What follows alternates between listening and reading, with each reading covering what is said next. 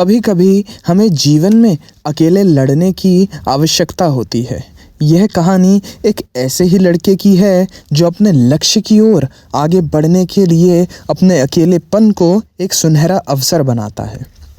एक समय की बात है, एक छोटे से गांव में एक लड़का रहता था। वह बहुत सपने देखता था और अपने लक्ष्य की प्राप्ति के लिए प्रयास करने का निरंतर जुनून रखता था।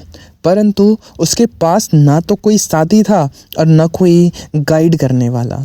उसके परिवार में उसके सपनों को समझने वाला कोई नहीं था। इसलिए उसे लगता था कि वह अकेलेपन की जंजीरों में बंद है और उसके सपने अधूरे ही रहेंगे। फिर भी उसने निरंतर मेहनत की और अपने आत्मविश्वास की आवाज़ को बुलंद किया। उसकी इच्छा शक्ति और संघर्ष ने उसे सही दिशा में आगे बढ़ने की शक्ति दी। एक दिन उसने अपने गांव के बाहर एक पुस्तकालय को देखा। वह आश्चर्यचकित हुआ क्योंकि उसे पहले कभी ऐसी जगह नज़र नहीं आई थी। धीरे धीरे उसने उस पुस्तकालय के दरवाजे पर कदम रखा। वहां जाकर उसने देखा कि लोग पुस्तकों के बीच खोए रहते हैं और वहां की शांतिपूर्णता और ज्ञान के वातावरण ने उसे संतुष्ट कर दिया।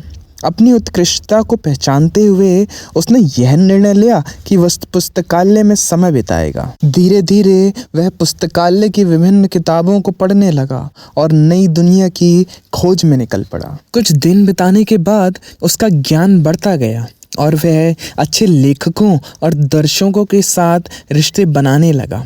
इसी के साथ उसने लिखने का भी मन बना लिया। उसने कई लेख लिखे, जिसमें से एक लेख प्रकाशित हुआ और उसे अवसर मिला अपने लेखकीय कौशल को दुनिया के सामने प्रदर्शित करने का।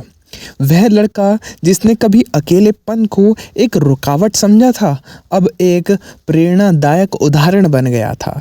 लोग उसे मान्यता देने लगे और वह लड़का अपने लक्ष्य की ओर अग्रसर होने में सफल हुआ।